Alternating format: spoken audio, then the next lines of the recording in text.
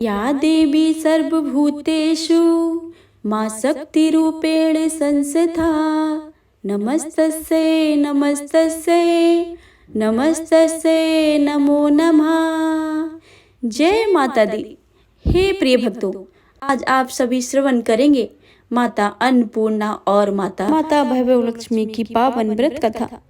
हे प्रिय भक्तों, आप सभी पर माता अन्नपूर्णा और माता भैरव लक्ष्मी की कृपा सदा सर्वदा ही बनी रहे।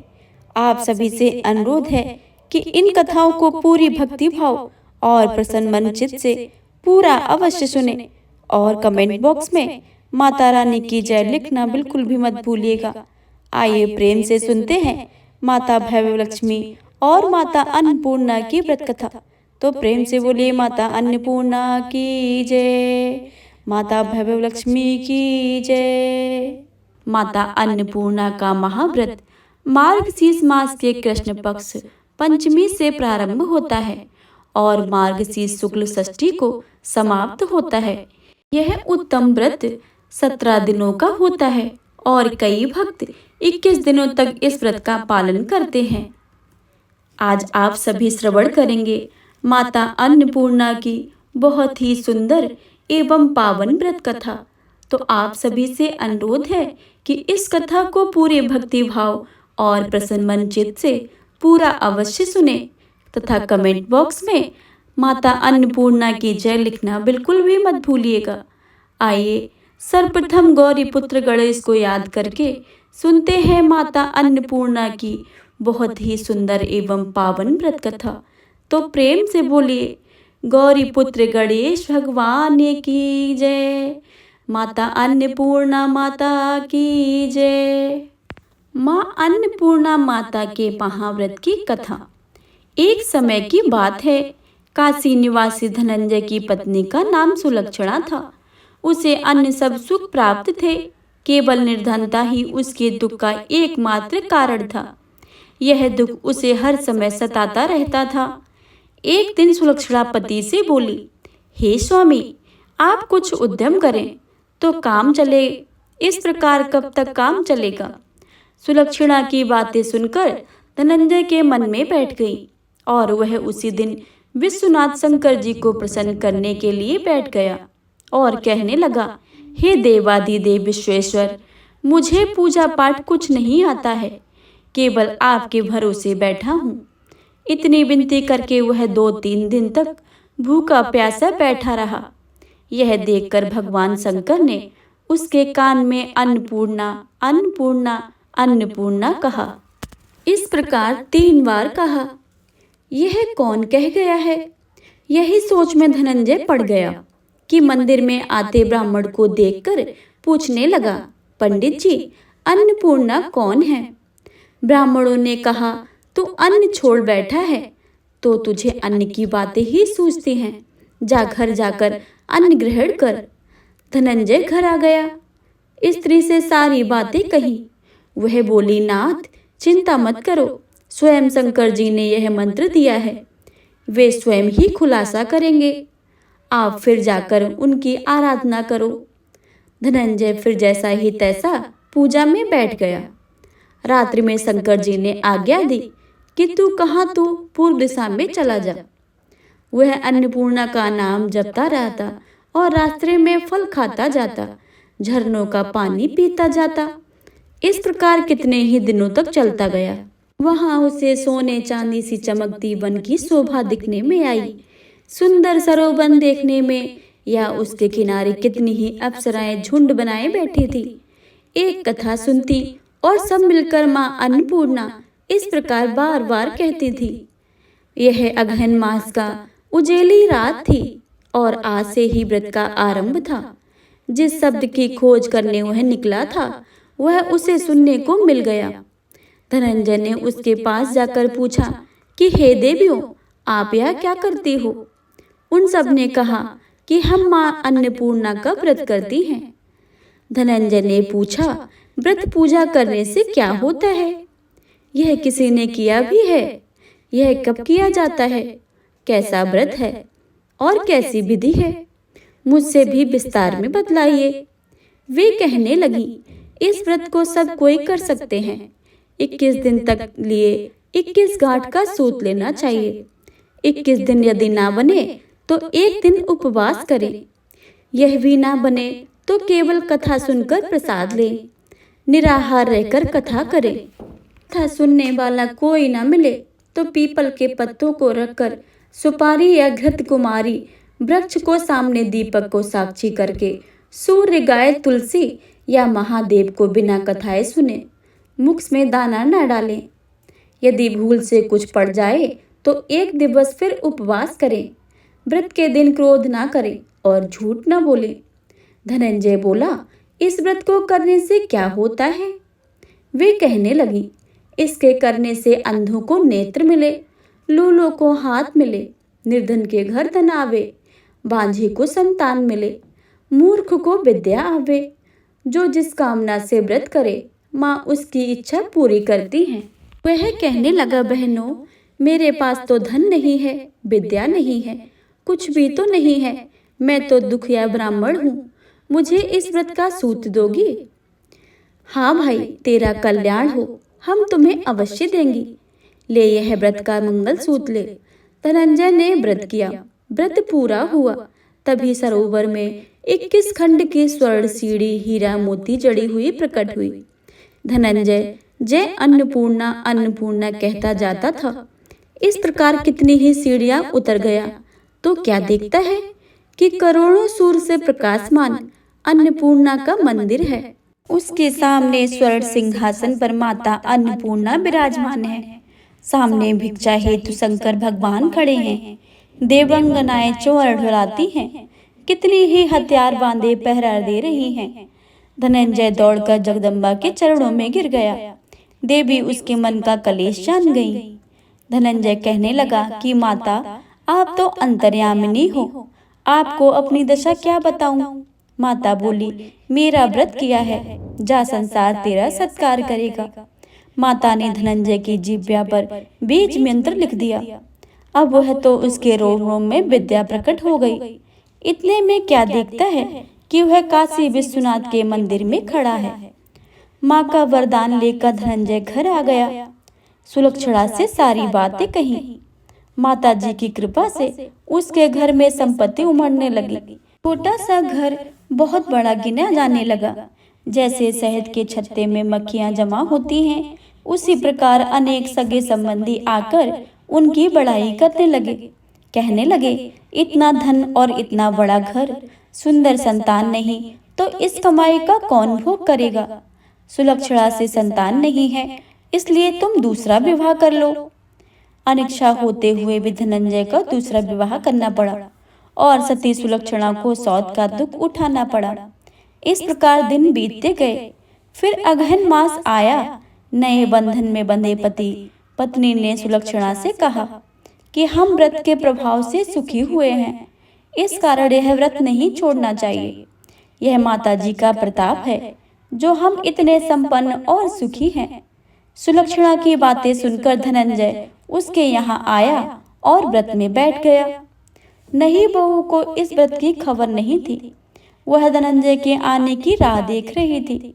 दिन बीतते गए और व्रत पूर्ण होने में 3 दिवस ही बाकी थे कि नहीं बहू को खबर पड़ी कि उसके मन में ईर्ष्या की ज्वाला दहकने लगी।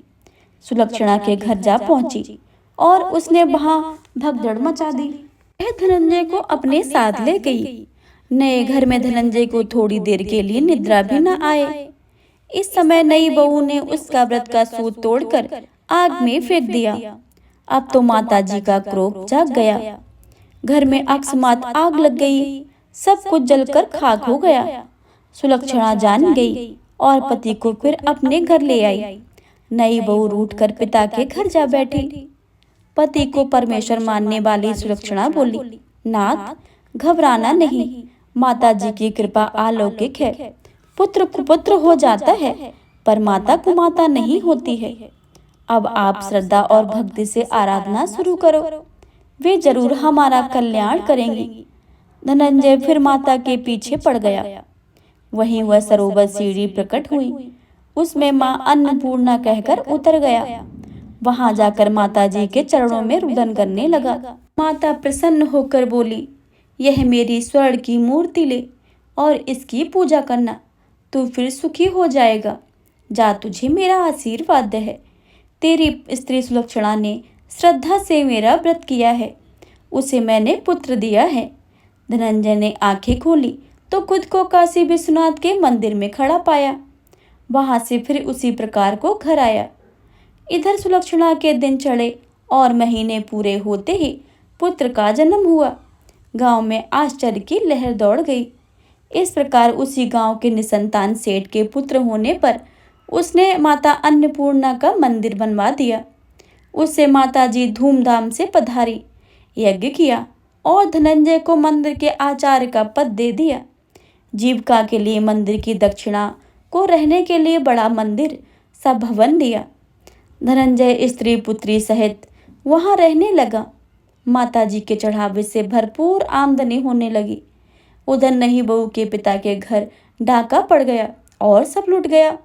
वे भीख मांगकर पेट भरने लगे। सुलक्षणा ने जब यह सुना तो उन्हें बुलावा भेजा, अलग घर में रख लिया और उनके अस्त्र वस्त्र का प्रबंध किया।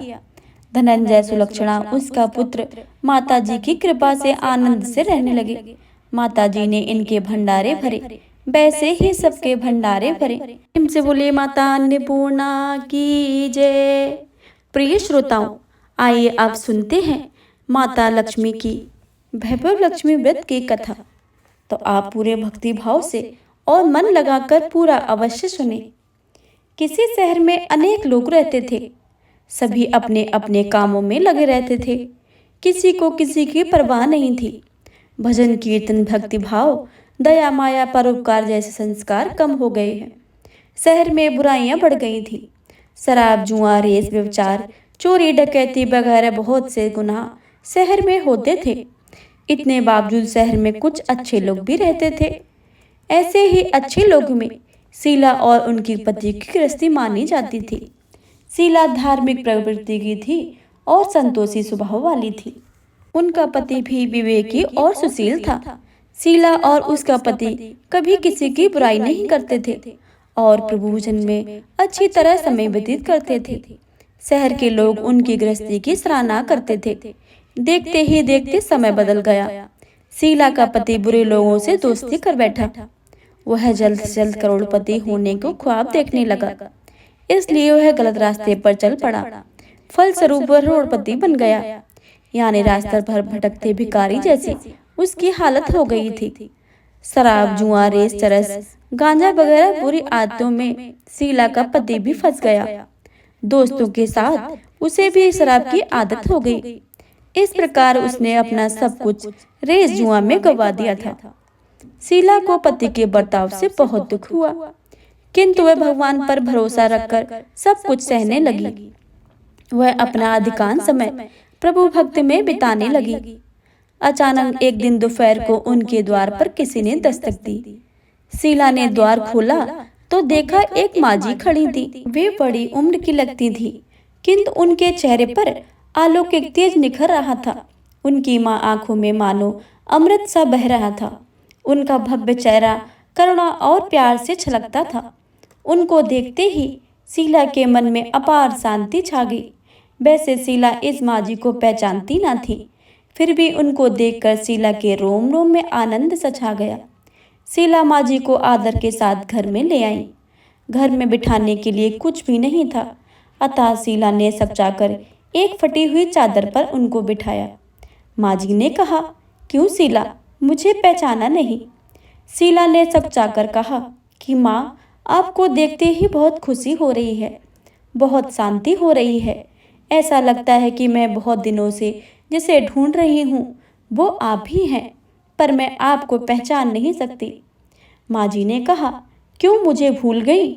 हर शुक्रवार को लक्ष्मी जी के मंदिर में भजन कीर्तन होते हैं, तब मैं भी वहाँ आती हूँ। वहाँ हर शुक्रवार को हम मिलते हैं। पति गलत रास्ते पर जब से चला गया, तब से शीला बहुत दुखी हो गई थी और दुख की मारी लक्ष्मी जी के मंदिर में भी नहीं जाती थी। बाहर के लोगों के साथ नजर मिलाते उसे शर्म लगती थी। उसने याददाश्त पर जोर दिया, पर माँ जी याद नहीं आ रही थी। तभी माँ जी ने कहा कि तू लक्ष्मी जी के मंदिर में कितने मधुर भजन गाती थी। अभी अभी तू दिखाई नहीं दी, इसलिए मुझे हुआ कि तू क्यों नहीं आती है, कहीं बीमार तो ना हो गई। ऐसा सोचकर मैं तुझसे मिलने चली आई। माँ जी के अति प्रेम भरे शब्दों से शीला का हृदय पिघल गया। उसकी आंखों में आंसू आ गए। माँ जी के सामने वह बिलक बिलक कर रोने लगी। यह देखकर माँ जी शीला के नजदीक सिर गए और उसकी सजगती पीठ पर प्यार भरा हाथ फेरकर सांत्वना देने लगी। माँ जी ने कहा, सुख और दुख तो धूप छांव जैसे होते हैं। सुख के पीछे दुख आता है तो दुख के पीछे सुख भी आता है। धैर्य रखो बेटी, तुझे क्या परेशानी है? तेरे दुख की बात मुझे सुना, तेरा मन भी हल्का हो जाएगा और तेरे दुख का कोई उपाय भी मिल जाएगा। माँ जी की बात सुनकर शीला के मन को शांति मिली। उसने माँ जी को कहा कि माँ, मेरी गृहस्थी में भरपूर सुख और खुशियाँ थी। मेरे पति भी सुशील थे। भगवान की कृपा से पैसे की बात में भी हमें संतोष था। हम शांति से गृहस्थी चलाते, ईश्वर भक्ति में अपना वक्त व्यतीत करते थे। यह क्या हमारा भाग्य हमसे रूठ गया। मेरे पति को बुरी दोस्ती हो गई। बुरी दोस्ती की वजह से वे शराब, जुआ, रेस, चरस, गांजा वगैरह खराब आदतों के शिकार हो गए और उन्होंने सब कुछ गवा दिया और हम रास्ते के भिखारी जैसे बन गए।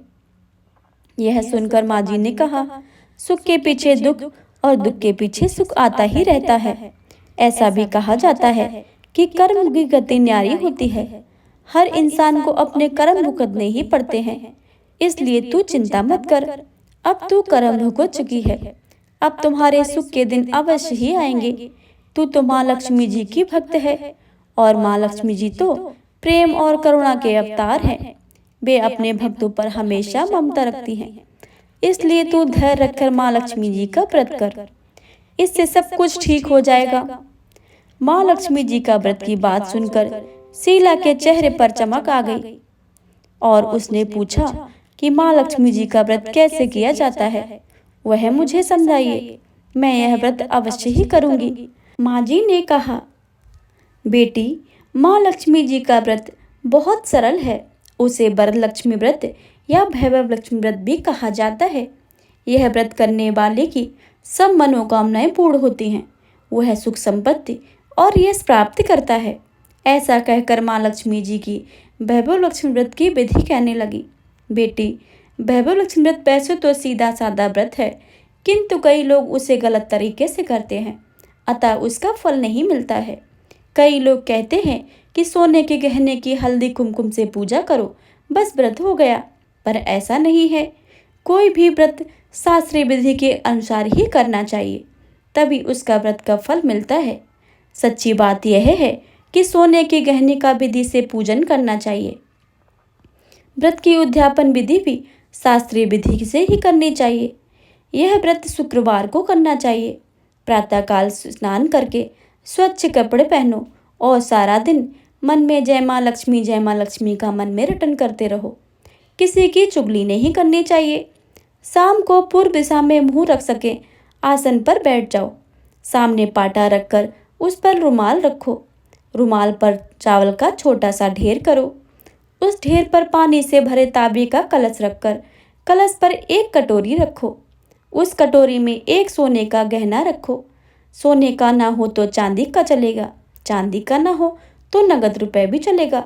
बाद में घी का दीपक जलाकर अगरबत्ती सुलगाकर रखो। माँ लक्ष्मी जी के बहुत स्वरूप हैं और माँ लक्ष्मी जी को श्रीयंत्र अति प्रिय है, अतः वैभव लक्ष्मी में पूजन विधि करते वक्त सर्वप्रथम श्रीयंत्र और लक्ष्मी जी के वैभव स्वरूपों को सच्चे दिल से दर्शन करो। उसके बाद लक्ष्मी स्तवन का पाठ करो। बाद में कटोरी में रखे गहने या रुपए को हल्दी कुमकुम और चावल चढ़ाकर पूजा करो और लाल रंग का फूल चढ़ाओ। शाम को कोई मीठी चीज बनाकर उसका प्रसाद रखो। ना हो सके तो शक्कर गुड़ भी चल सकता है।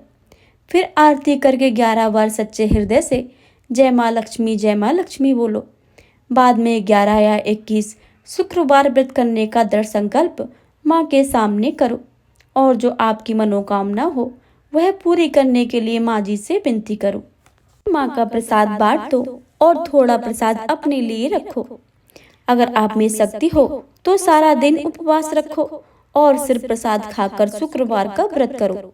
अगर ना सकती हो तो शाम को प्रसाद ग्रहण करते समय एक समय खाना खा लो। अगर थोड़ी भी ना सकती हो तो 2 बार भोजन कर सकते हैं। बाद में कटोरी में रखा गहना या रुपए ले लो। कलश का पानी तुलसी या क्यारी में डाल दो और चावल पक्षियों को डाल दो। इस तरह शास्त्रीय विधि से व्रत करने से उसका फल अवश्य ही मिलता है। इस व्रत के प्रभाव से सब प्रकार की विपत्ति दूर होकर आदमी माला माल हो जाता है। संतान ना हो तो संतान प्राप्ति होती है। सौभाग्यवती स्त्री का सौभाग्य अखंड रहता है। कुमारी लड़की को मन भावन पति मिलता है। शीला यह सुनकर आनंदित हो गई। फिर पूछा, माँ जी, आपने भैरवलक्ष्मी जो शास्त्रीय विधि बताई है मैं वैसे अवश्य ही करूंगी, किंतु उसकी उद्यापन विधि किस तरह करनी चाहिए यह भी कृपा करके मुझे सुनाइए। माँ जी ने कहा, 11 या 21 जो मन्नत मानी हो उतने शुक्रवार यह भैरवलक्ष्मी पूरी श्रद्धा और भावना से करना चाहिए। व्रत के आखिरी शुक्रवार को खीर या नैवेद्य रखो। पूजन विधि हर शुक्रवार को करते हैं वैसी ही करनी चाहिए। पूजन विधि के बाद श्रीफल तोड़ो और कम से कम 7 कुमारी या सौभाग्यशाली स्त्रियों को कुमकुम का तिलक करके वैभव लक्ष्मी व्रत की एक पुस्तक उपहार में देनी चाहिए और सबको खीर का प्रसाद देना चाहिए। फिर धन लक्ष्मी स्वरूप वैभव लक्ष्मी स्वरूप माँ लक्ष्मी जी की छवि को प्रणाम करें और माँ लक्ष्मी जी का यह स्वरूप वैभव देने वाला है। प्रणाम करके मन ही मन भावुकता से माँ लक्ष्मी जी की प्रार्थना करते वक्त कहें कि हे माँ धन लक्ष्मी, हे माँ वैभव लक्ष्मी, मैंने सच्चे हृदय से आपका व्रत पूर्ण किया है, तो माँ हे हमारी मनोकामनाएं पूर्ण करो, हमारा सबका कल्याण कीजिए। जिसे संतान न हो उसे संतान देना, सौभाग्यशाली स्त्री का सौभाग्य अखंड रखना, कुमारी लड़की को मन भावन पति देना। आपका यह चमत्कारी वैभव लक्ष्मी जो सा करे उसकी सब विपत्ति दूर करना, सबको सुखी करना। हे माँ, आपकी महिमा अपरंपार है। माँ जी के पास से वैभव लक्ष्मी की शास्त्रीय विधि सुनकर शीला भविभोर उठी। उसे लगा मानो सुख का रास्ता मिल गया हो। उसने मन आंखें बंद करके मन ही मन दृढ़ संकल्प लिया और कहा कि हे माँ वैभव लक्ष्मी, मैं माँ जी के कहे मुताबिक श्रद्धा के से शास्त्रीय विधि से वैभव लक्ष्मी 21 शुक्रवार तक करूंगी और व्रत के शास्त्रीय विधि के अनुसार उद्यापन विधि भी करूंगी। शीला ने संकल्प करके आंखें खोली तो देखा सामने कोई न था। वह विस्मित हो गई कि माँ जी कहाँ गई। यह माँ जी दूसरा कोई न था, साक्षात लक्ष्मी जी ही थी। शीला लक्ष्मी जी की भक्त थी, इसलिए अपने भक्त को रास्ता दिखाने के लिए माँ लक्ष्मी देवी माँ जी का स्वरूप धारण करके शीला के पास आई थी। दूसरे दिन शुक्रवार था। प्रातः काल स्नान करके स्वच्छ कपड़े पहनकर शीला ने मन ही मन श्रद्धा और पूरे भाव से जय माँ लक्ष्मी का मन में रटन करने लगी। सारा दिन किसी की चुगली नहीं की। शाम हुई तब हाथ मुंह धोकर शीला पूर्व दिशा में मुंह करके बैठी। घर में पहले सोने गहने बहुत से थे, पर पति ने गलत रास्ते पर चलकर सब गहने गिरवी रख दिए थे। पर नाक की चुन्नी बच गई थी। नाक की चुन्नी को निकालकर उसे धोकर शीला ने कटोरी में रख दी। सामने पाटे पर रुमाल रखकर मुट्ठी भर चावल का छोटा सा ढेर किया। उस पर तांबे का पानी भरकर कलश रखा। उसके ऊपर चुन्नी वाली कटोरी रखी। फिर विधि पूर्वक वंदन, स्तुवन, पूजन वगैरह किया और घर में थोड़ी शक्कर थी, वह प्रसाद में रखकर वैभव लक्ष्मी व्रत किया। यह प्रसाद पहले पति को खिलाया। प्रसाद खाते ही पति के स्वभाव में फर्क पड़ गया। उस दिन उसने शीला को मारा नहीं और सताया भी नहीं। शीला को बहुत आनंद हुआ। उसके मन में वैभव लक्ष्मी के लिए श्रद्धा और भी बढ़ गई। शीला ने पूर्ण श्रद्धा से भक्ति से 21 शुक्रवार तक व्रत किया। 21वें शुक्रवार को विधि पूर्वक उद्यापन विधि करके 7 स्त्रियों को वैभव लक्ष्मी की 7 पुस्तकें उपहार में दी। फिर माता जी के धनलक्ष्मी स्वरूप को छवि को बंधन करके भाव से मन ही मन प्रार्थना करने लगी। हे मां धनलक्ष्मी, मैंने आपका वैभव लक्ष्मी करने की जो मन्नत मानी थी वह व्रत आज पूर्ण किया है। हे माँ, हमारे हर विपत्ति को दूर करो, हमारा सबका कल्याण करो। जिसे संतान न हो उसे संतान देना। सौभाग्यवती स्त्री का सौभाग्य अखंड रखना। कुंवारी लड़की को मन भावन पति देना। जो आपका यह चमत्कारी वैभव लक्ष्मी जो करे उसकी सब विपत्ति दूर करना, सबको सुखी करना। हे माँ, आपकी महिमा अपरंपार है। ऐसा बोलकर लक्ष्मी जी के धनलक्ष्मी स्वरूप को छवि को प्रणाम किया। इस तरह शास्त्रीय विधि से शीला ने श्रद्धा से व्रत किया और तुरंत ही उसे फल मिला। उसका पति सही रास्ते पर चलने लगा और अच्छा आदमी बन गया और कड़ी मेहनत करके व्यवसाय करने लगा। धीरे धीरे समय पर व्यतीत हुआ और उसने शीला के गिरवी रखे हुए गहने छुड़ा लिए। घर में धन की बाढ़ सी आ गई। घर में पहले जैसे सुख शांति छा गई। वैभव लक्ष्मी व्रत के प्रभाव को देखकर मोहल्ले की दूसरी स्त्रियां भी शास्त्रीय विधि से वैभव लक्ष्मी व्रत करने लगी। हे मां धनलक्ष्मी, आप जैसे शीला पर प्रसन्न हुई हैं, उसी तरह आपका व्रत करने वाले सब पर प्रसन्न होना। हे वैभव लक्ष्मी माँ, आपकी इस व्रत कथा को सुनने वाले, पढ़ने वाले तथा हुंकार भरने वाले सब पर अपनी कृपा बनाए रखना। प्रेम से बोलिए जय धनलक्ष्मी माँ, जय वैभव लक्ष्मी माँ।